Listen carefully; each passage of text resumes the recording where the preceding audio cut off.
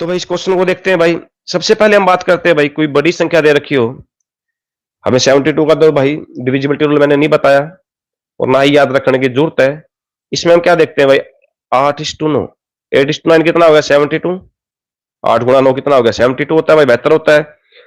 तो मैं देखता हूं भाई, 8 का रूल भी मैंने पता है भाई, 9 का भी मुझे पता है भाई क्या रूल है, जो मैंने आपको करवाया था। 8 का डिविजिबिलिटी रूल, लास्ट के 3 अंक, 9 का पूरी संख्या के डिजिट को ऐड करने के बाद अगर भाग हो जाए 9 से, तो कंप्लीट संख्या क्या हो जाएगी, 9 से पूरी पूरी भाग हो जाएगी। तो देखते हैं, आयो आ जाओ भाई बच्चों, ये क्वेश्चन करते हैं भाइयों। 985x367 8y। तो सबसे पहले इस क्वेश्चन में क्या करते हैं भाई, y की वैल्यू निकालते हैं। और y की वैल्यू निकालने के लिए अगर ये संख्या 8 से पूरी पूरी भाग दे रखी है तो इसके 3 अंक उठाएंगे भाई, 7 8। तो भाई भाग करेंगे भाई, 72 बचा कितना भाई, 6 बचा भाई। अब ऐसी y की क्या वैल्यू रखे जो 4 से पूरी पूरी भाग हो जाए, जो 8 से पूरी पूरी क्या हो जाए, वह 8 हो जाए। क्या रखनी है भाई बताओ, 4 रखे भाई। 4 रखने से यहाँ पे 64 है, और जो 8 से क्या हो जाएगा, पूरा पूरा भाग हो जाएगा। तो यहाँ पे y की वैल्यू निकल के कितनी आएगी मेरे भाइयों, 4 आएगी। 4 आ गई। अब बात करते हैं भाई आगे। अब निकालना है हमें x की वैल्यू, y की वैल्यू हम निकाल चुके हैं भाई 8 के केस से, अब 9 की निकालनी है भाई।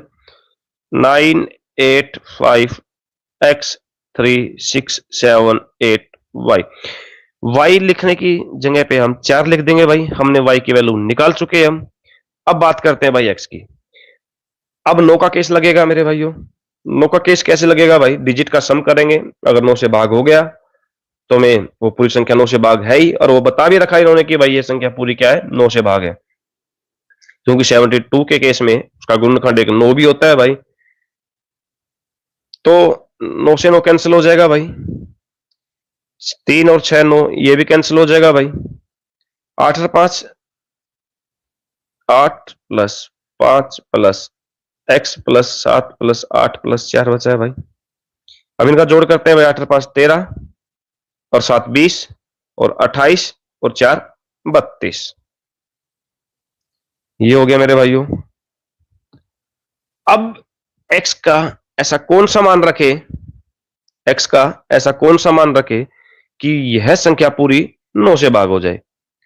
तो यहां पे x का मान या तो आप ऑप्शन के अकॉर्डिंग रख के देख लो भाई, लेकिन यहाँ पे ऑप्शन पूछ रखा कि 4x - 3y का मान क्या होगा। लेकिन मुझे पता है भाई, यहाँ पे 4 रख देंगे तो टोटल जोड़ हो जाएगा हमारा 36, जो कि 9 से क्या है, पूरा पूरा भाग है। तो यहाँ पे y का मान भी, x का मान भी कितना आ गया भाई, 4, y का मान भी हमारा 4 आ गया था भाई। अब पूछा क्या इस क्वेश्चन में, 4x - 3y का मान बताओ क्या होगा। तो भाई 4x, x और y की वैल्यू रखेंगे इस इक्वेशन में भाई, 4 गुणा 4 माइनस 3 गुणा 4, तो ये हो गया 16 माइनस 12, हमारा कितना आया भाई 4, जो कि हमारा ऑप्शन नंबर कितना है 2।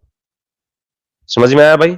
अगर कोई भी संख्या दे रखी हो, आपसे बता रखा हो भाई 72 से भाग है,